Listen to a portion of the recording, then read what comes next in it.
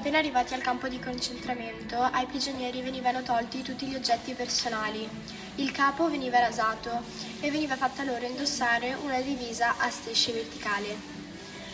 Nei depositi del museo di Auschwitz sono ancora oggi custoditi complessivamente oltre 80.000 scarpe, circa 3.800 valigie, 12.000 pentole, 40 kg di occhiali, 460 protesi, 40 metri cubi di metallo ottenuto dalla fusione di oggetti personali requisiti. In una bacheca sono inoltre visibili quasi 2 tonnellate di capelli tagliati alle donne deportate. I capelli in genere venivano venduti come materiale grezzo che serviva per la produzione di feltro o sacchi.